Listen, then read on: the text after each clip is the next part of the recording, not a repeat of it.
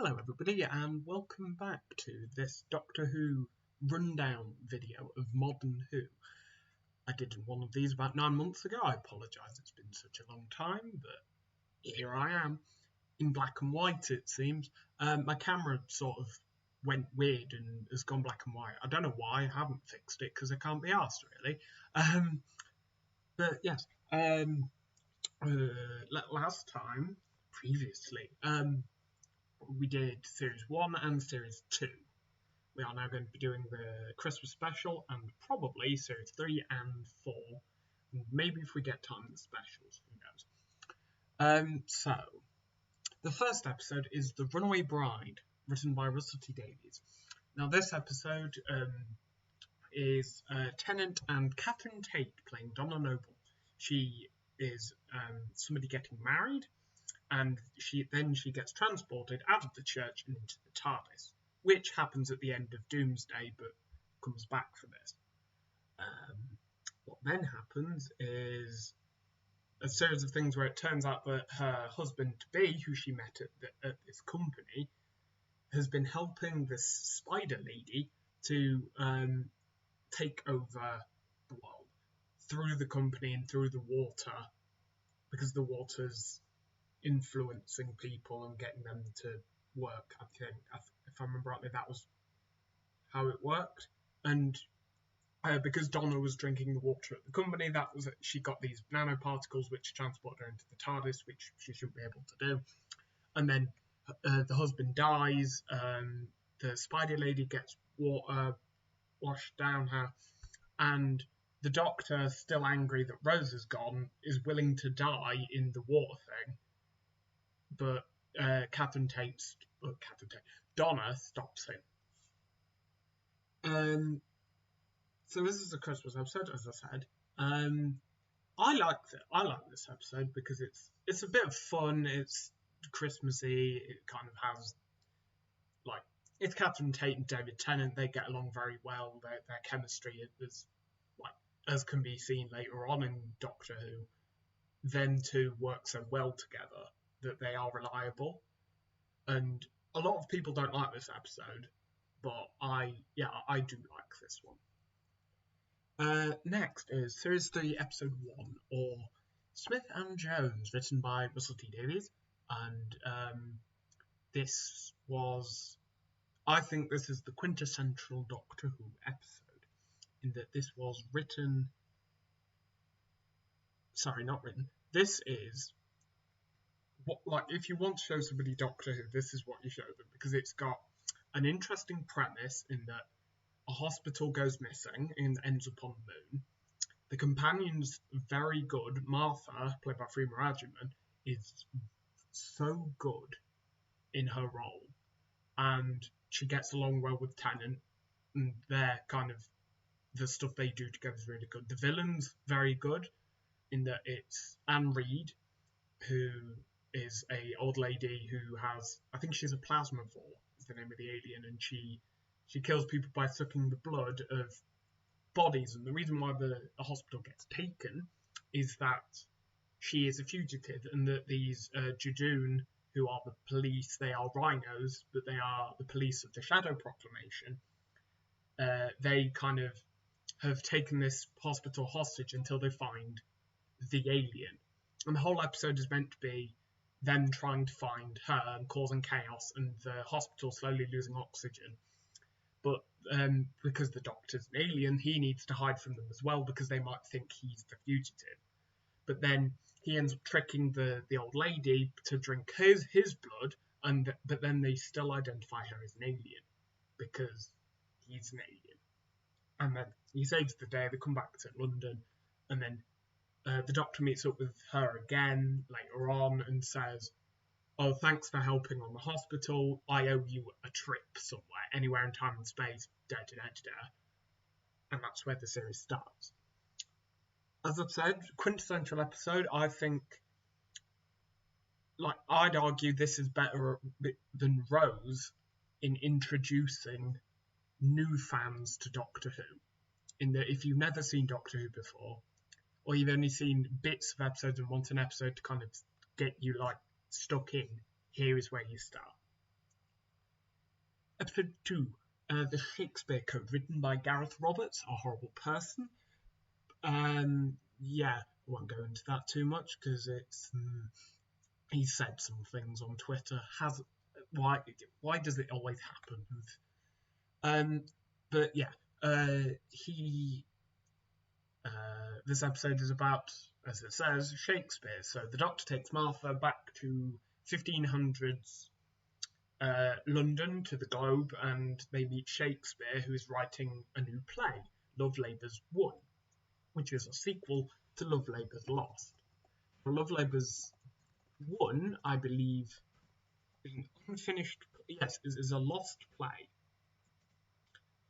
and nobody knows what it's written about. And that is the interesting thing about the episode, in that the villains are these witches who want to summon all the other witches, but they need an incantation. They can't say it, so what they want to do is they're influencing Shakespeare to write like the incantation into the play, and then by the end of the episode, the words start to be said, the portal starts opening, these witches or the Carrionites start coming through, but then the Doctor kind of stops them and saves the day, as he always does.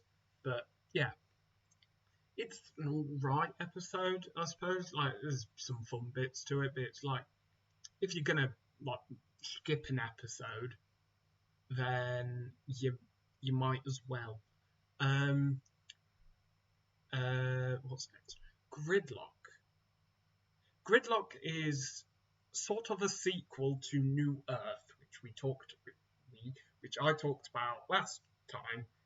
It's the one with the cat hospital. It's that kind of the thing with Cassandra coming back and stuff like that. This is a sequel to that, where they've come back to the Earth, and it's become like a traffic, like, because society has sort of died because I think a plague got out of the hospital because the plague people left. All the citizens were told to go underground into the motorway system. It's like floating cars because the future. But this motorway has become stuck because everybody died upstairs. Nobody's told them they were allowed to leave, so they've had to be stuck down there waiting to be let out. So it's basically an episode about a traffic jam.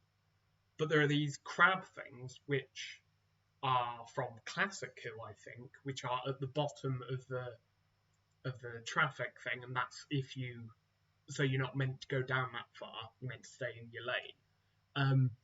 And it's just like an episode of the Doctor kind of meeting a load of, like, the Doctor and Martha get separated on these like floating vehicles trying to talk to all these people.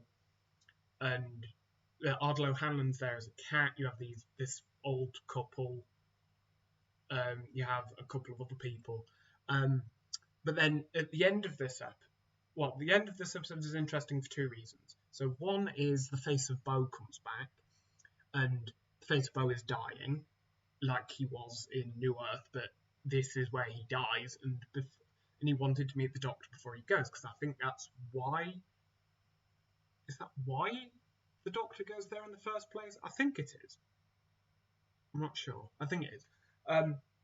But yeah, he gets there, and the face of Bo's dying, and his last words to the Doctor, he wants these last words to be to him, and he says, "You are not alone." And then he goes.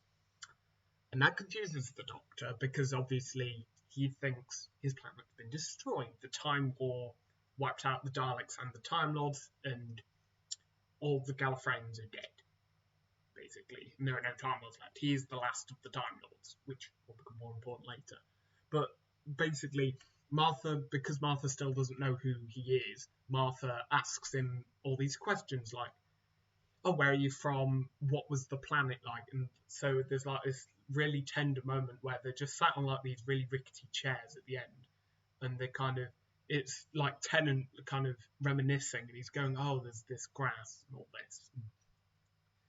Like, not much happens in this episode, in the fact that there isn't really a villain. The villain is just really the crabs, but the crabs don't really do much. But I think it's like all the little character beats in it. I think there's actually like I've never really thought about it in this way until I've talked about it today, actually, and I've now considered that this is actually a much better episode than I previously thought. Yes. The next episodes are a two-parter written by Helen Rayner. Both episodes.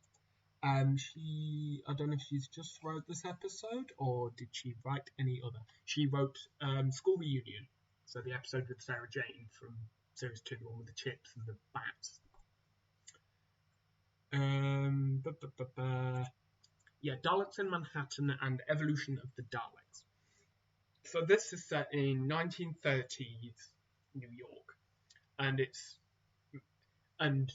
as the title suggests, the Daleks are involved, but it's more to do with, so like the Empire State Building is getting built, and it's about kind of like the people involved in making that and building that, and kind of it turns out that the head honcho is being controlled by the 4 Daleks from the end of Doomsday. They have escaped and they've come here, and they want to build the Empire State to kind of make a beacon to contact other Daleks and stuff and try and get home, basically. Despite the fact that other Daleks were destroyed, but who knows. And there's also this kind of subplot involving these pig slaves, and the fact that like homeless people in Central Park, there was like it's based on an actual thing where there was like this homeless village in Central Park, and kind of these people are getting taken, and the Daleks are turning them into pig slaves. Andrew Garfield is one of the people in that homeless shelter, and this is way before he became famous, so this is like one of his first things, and it's quite and then the end of the first half is when they mix the boss and Dalek Khan merge to form the Dalek-Sec hybrid, and so it's a humanoid Dalek. But then by the second episode, the humanoid Dalek starts to kind of turn against the Daleks and has a bit more mercy and helps to defeat them. And then one of the Dalek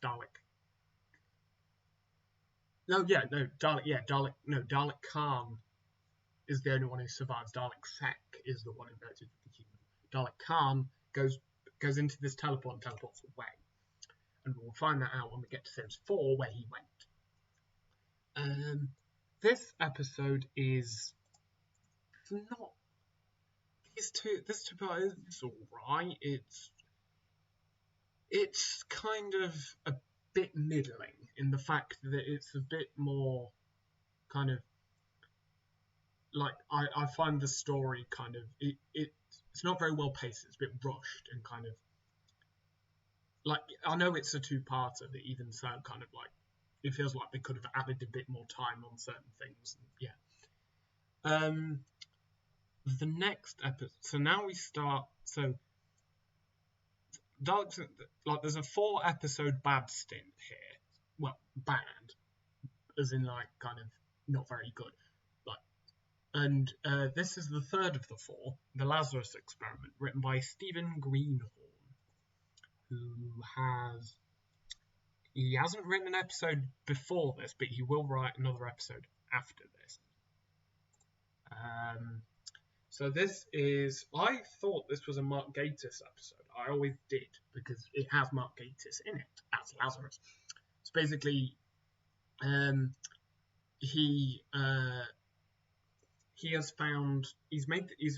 Lazarus has made this machine to make him younger, because he's this old man. And so he's organised this kind of big party to kind of unveil it, and basically the party is going to be him de-aging and becoming younger. And then the Doctor and Donna turn up. Donna? No, not yet. Doctor and Martha turn up because they've heard about this, and Martha's sister, who is Gugu Mbatha Raw, who is in Loki,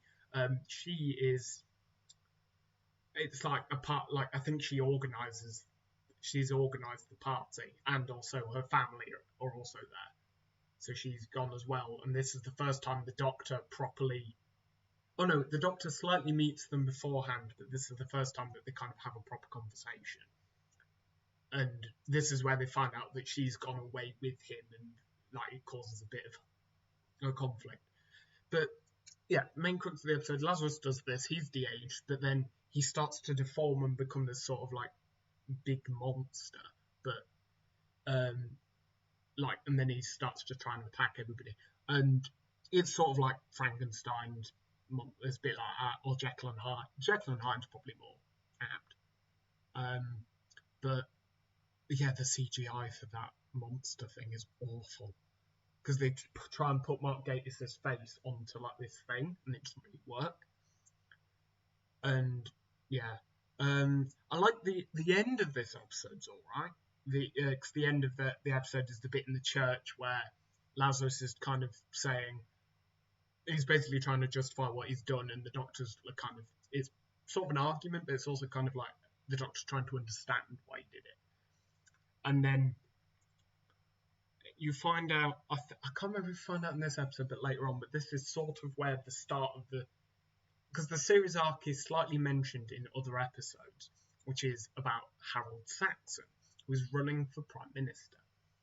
And you then, I think you find out at the end of this episode that the sister is working for Harold Saxon, and Harold Saxon kind of organised the party, kind of like he's funded it a bit.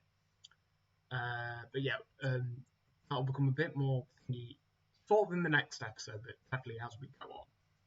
So 42, written by everybody's favourite Chris Chibnall. Now, this is his first episode of Doctor Who, and it certainly won't be his last, and I'm sad to say that it's not very good.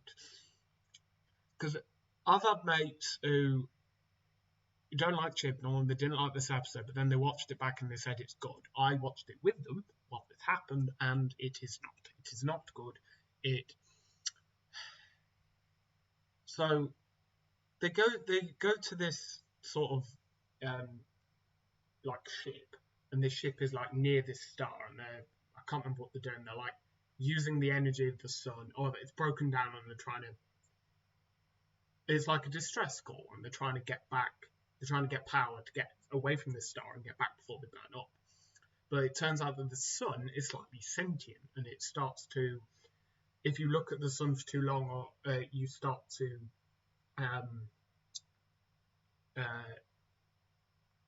It kind of infects your mind, and then you start to try and sabotage the ship. It's sort of like Among Us, but not really. I know it's a weird comparison, but basically what they end up having to do is they need to get to the steering wheel. But the thing is there are a load of locks on these doors, and the locks on the doors have quiz questions on them. So there's stuff like, what's this mathematical equation?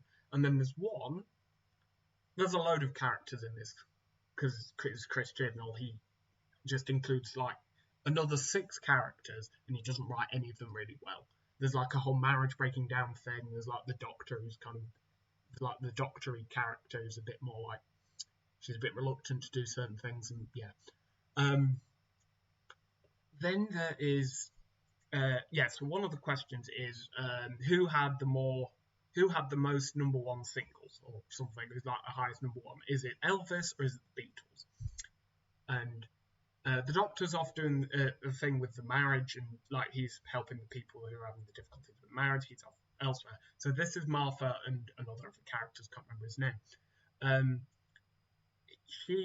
She doesn't know, so she decides to ring her mum, because the Doctor scanned her phone and let her ring from anywhere. So like even if she's in space, she has signal. So she rings her mum, and her mum kind of gives her answers and goes, well, why are you asking this? Are you all right? Is the Doctor keeping you, or is the Doctor keeping you safe, or is that later? But basically, yeah, like she kind of goes,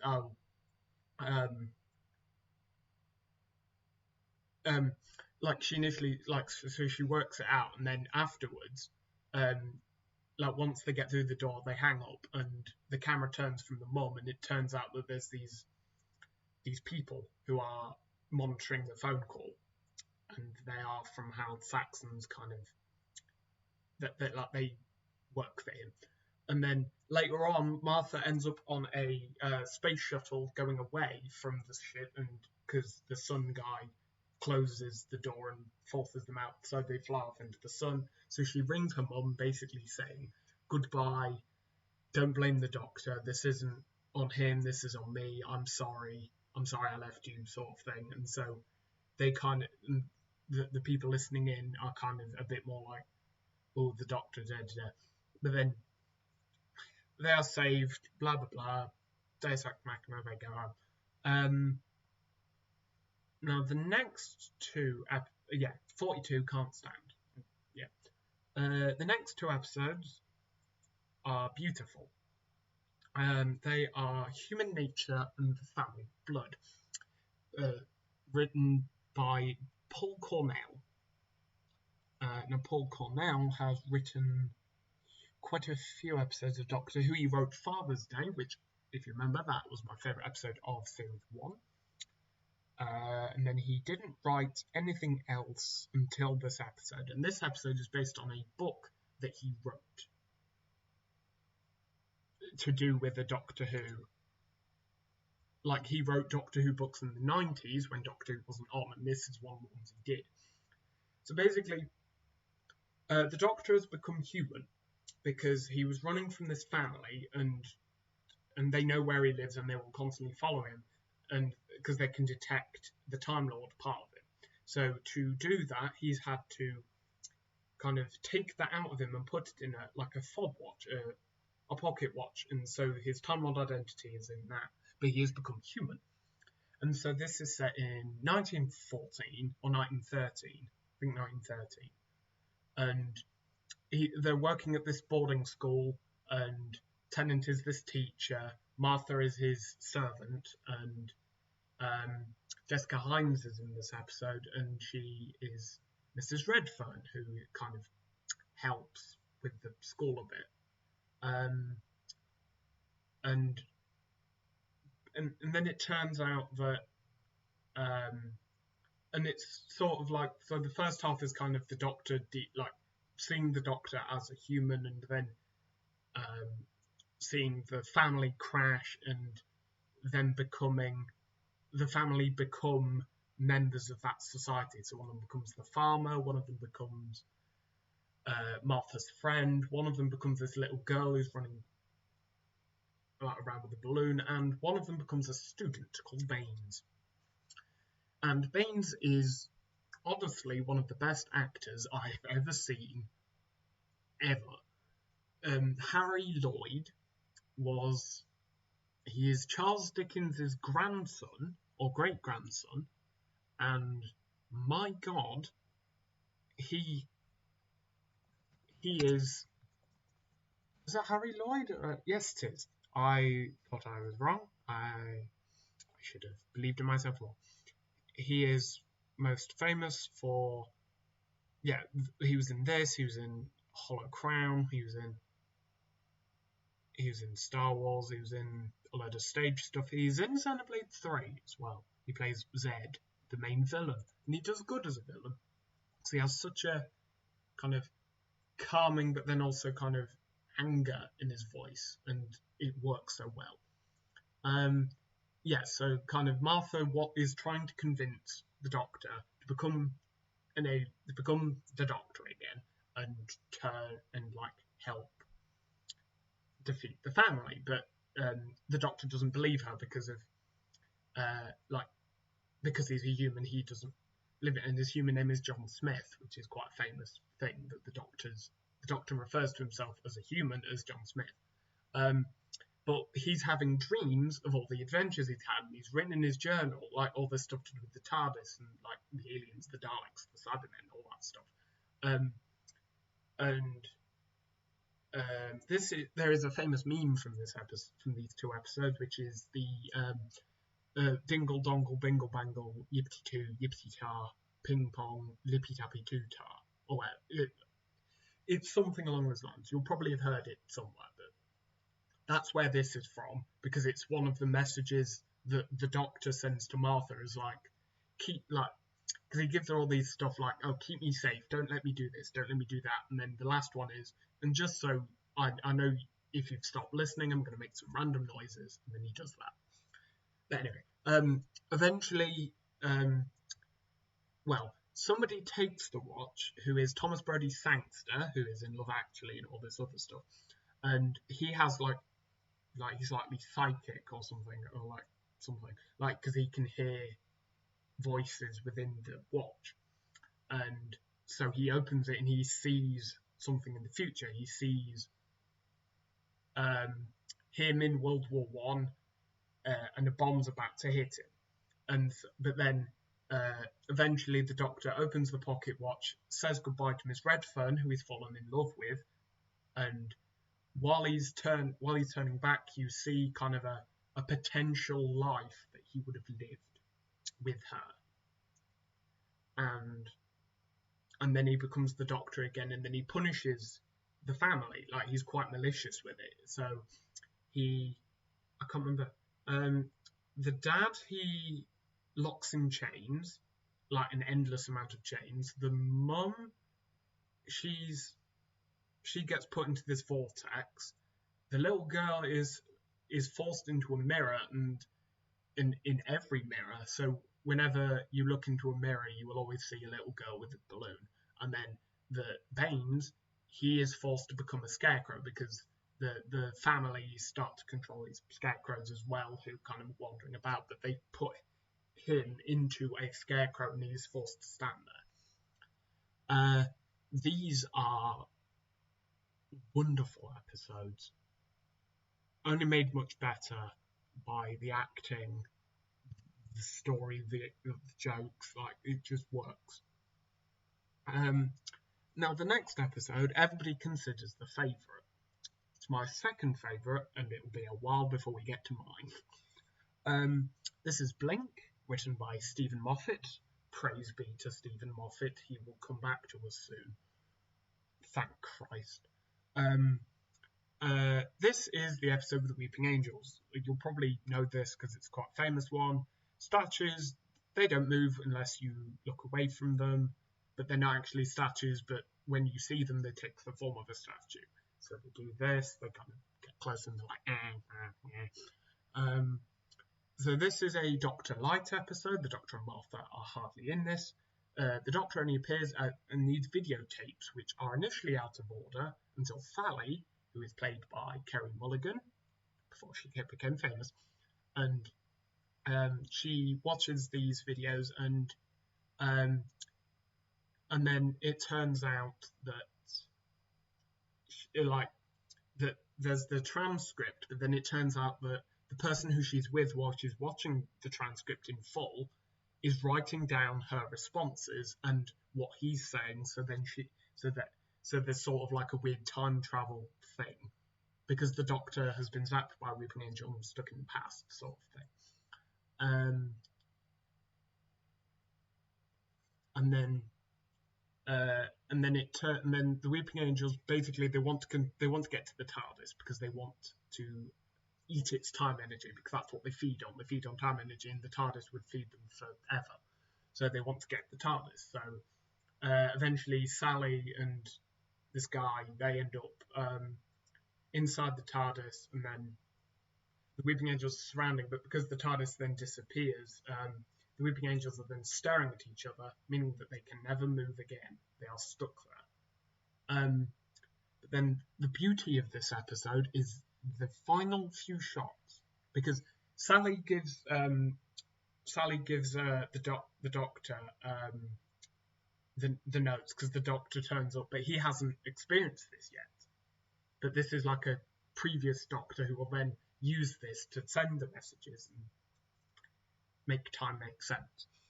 And this is the wibbly wobbly timey-wimey. That's where that phrase comes from as well.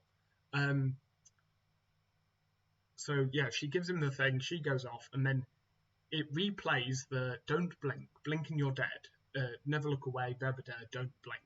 But then it starts to cut to all these other statues, like in real places, so like on top of buildings, like in parks, and so basically the twist of the episode is all these statues are Weeping Angels, and if you stop looking at them, they might move. And that's the whole thing. This is considered one of the most scariest episodes because of that. And yeah. Now, the next three is a three-part. Judging by the time, we are only going to be able to do a series at a time. Yeah. So we're only going to be able to do series 3 because we're already at 30. Unless we get a bit with next, series 4 is quite long. Anyway, Utopia is next. All of these are written by Rusty Davies. Utopia is set,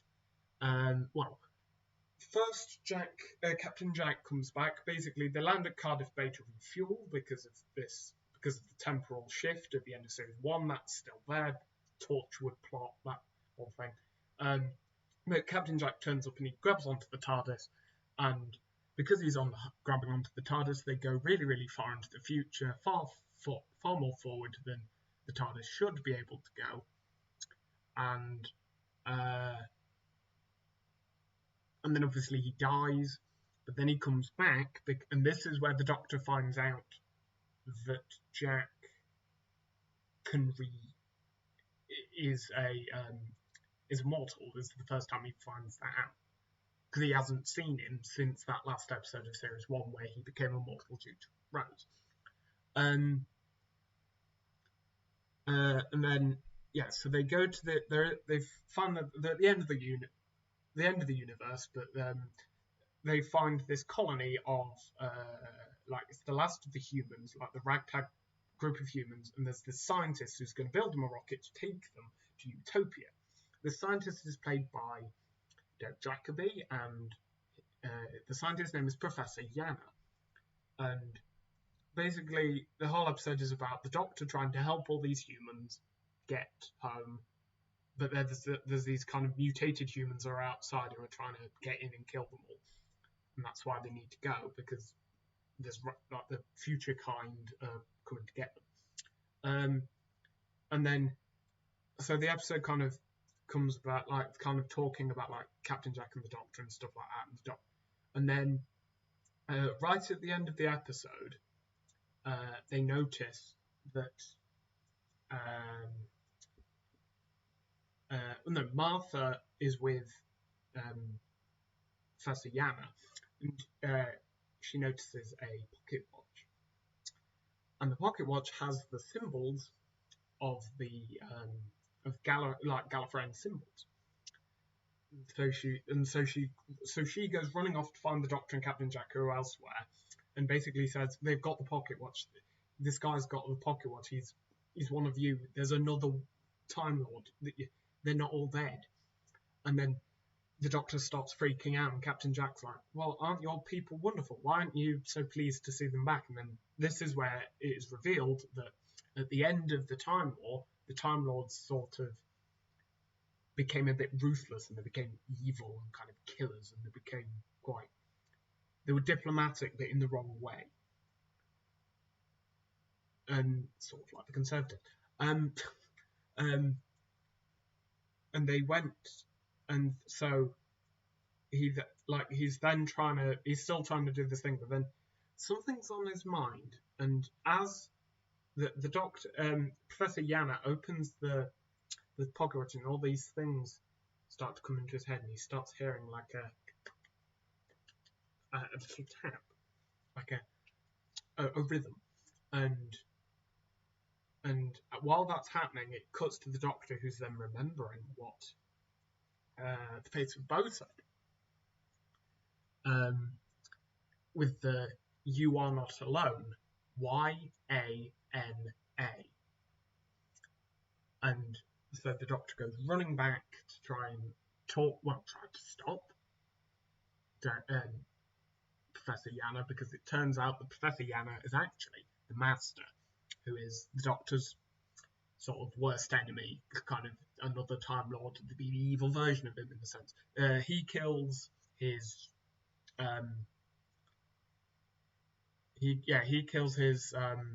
assistant. His assistant kind of shoots her and shoots Professor Yana, and then he nicks Tennant's TARDIS and regenerates into John Sim. And then John Sim and Tennant have a brief conversation outside of the TARDIS and in the TARDIS, and then Master takes the TARDIS and leaves, and that's the cliffhanger, and that's the end of that episode. This is one of those secret three-parters because going into this, nobody knew this was a three-parter. Everybody thought, oh, there's a two-part at the end. This will be a random episode about humans and future humans and the scientist, and things will get resolved. But then it is like it's one of those subtle kind of like, you thought we weren't planning things. Here's the plan. And Return of Dreams and Last of the Time Lords are bunched into one because they're quite, well, there's a lot, but it's easier if I just go through it. The Doctor goes from, like, he returns to Earth, 2007, like where the time is, due to Captain Jack's Vortex Manipulator, which is like a cheap way of time travel. And basically they find out that Harold Saxon is actually the Master, and that he has become Prime Minister, and he is ruling the country, and has been brainwashing people through I can't remember, it's not called Skynet, because that's the Terminator, the Archangel Network, that's it. And the beat is in everybody's head, and it's basically getting them to vote for him to get him in power and do all this stuff. And so they put like the Doctor, Martha, and Captain Jack on like watch. They want to try and kill them basically. And then at the end of this episode, they all get captured and they get brought to this like sky base. And in the sky base is the American president who's talking with the Master about, we want to take over the. No, they don't get captured. They have like these like the keys that make them invisible. Jack, Martha, and the Doctor. They have these keys that make them invisible, so people can't notice them, or Time Lords can't notice them. Or is it? No, I think it's just all people. And so, but then, while John Sim and the American president are talking, the Master kind of captures the Doctor and says, "Oh, well, I've dealt with those keys for years. I knew you were here the whole time." And then basically kills the American president, opens up this portal in the because basically the Prime Minister, what Harold Saxon is trying to do is he's claimed, I've been in contact with alien life and we shall meet them. And then the alien life turns up and it's these orbs. And then the orbs come flying down. There's millions, billions of them coming down from the sky, and they're basically taking over the Earth. And it's the end of the episode where he turns him young. Yeah, he turns Tennant into a really old man. Like, he basically turns him into. He looks like what age he actually is, which is like 900 and something. And so he's like this shriveled up kind of. Oh no, he's just an old man at that point. He isn't the shriveled up one. That's in the second episode. And then basically, the whole world is under Saxon rule. And the second episode is about Martha. And the second episode is, before Martha leaves, she takes the Vortex Manipulator and runs off. The Doctor tells her something. And so the whole episode is her going around the world, delivering the Doctor's mission. And so it's sort of like, this is her job to do, and it takes her a year. This is Martha's year to do her job. And she meets Tom Ellis, who helps her. She falls in love with him, but he dies. And she meets this other woman who finds a little boy. No, they find a Toclophane, the ball thing, and they capture it, and then they open it up, and it's a face. And the face speaks to them, and it says, what does it say? The sky is made of diamonds. And then Martha remembers that in Utopia, there's a little child who was one of the refugees who turned to her and said, Utopia's great, the sky is full of diamonds. And so she realizes that all these Toclophane are future humans put into these balls. And so kind of knows what they are. And then the whole thing is it's meant Martha's mission was to deliver belief in the Doctor and to kind of deliver a message of hope.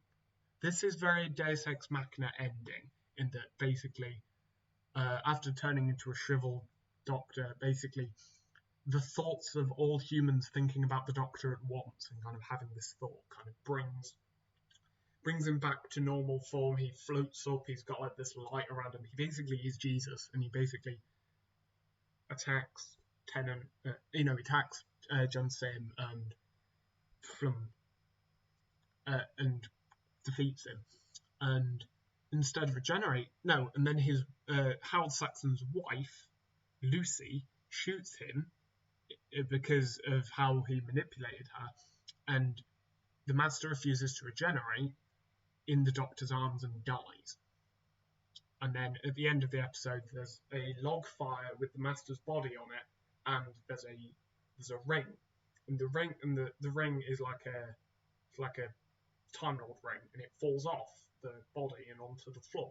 And the little hand that's got like red fingertip nails picks it up and walks off. Oh, also, this episode is famous for two songs. Voodoo Child, which is in The Sound of Drums. Or is that at the beginning? No, that's the beginning of Last of the Time Lords. Or is it? No, it is in The Sound of Drums, because that's the whole point. So that's when the things are coming through, that's played. And then in the second episode, I Can't Decide by the Scissor Sisters is played, which is the one that everyone knows, because it's the one where John Sim kind of runs in, like, singing along evilly, pushes the Doctor around in a wheelchair, kind of messes about, and yeah. And then the end of this, the end of this series is the last of the Time Lords. He basically he then goes off, and he says to Martha, "Oh, we could travel together," and Martha says, "No, I've got my." Basically, they reverse time again, so that year never happened. So Martha never had that year of basically due to the Deus Ex Machina, the year never happened. And the Doctor says to Martha, do you want to go and help? Like, do you want to carry on with me? But then Martha says no, because Martha has secretly, throughout all this series, fancied the Doctor, and the Doctor has never noticed, and that's the whole, that is also a sort of a character thing of, she's never noticed by the Doctor because he's still constantly thinking about Rose. So she basically says, for my sake, and for me becoming a better person, I need to go off and become a better person myself. So she goes off. And then, at the end of it, the Doctor looking all sad, and he's like, oh no, I've lost Martha. Oh. And then the Titanic crashes into the TARDIS. And that is where the series ends. Yeah, I did think I'd get further than I did, because I got quite far in the first episode. It's just, these episodes are a lot more complex, I'd argue. So, next time, which I don't know when that'll be, probably maybe just before the new episodes land, because the new episodes are on in May with Shooty. So, maybe we get through Series 4, which is a very good series, and there's specials, and that's what we do before then. Thank you for watching, if there's anybody there, and farewell.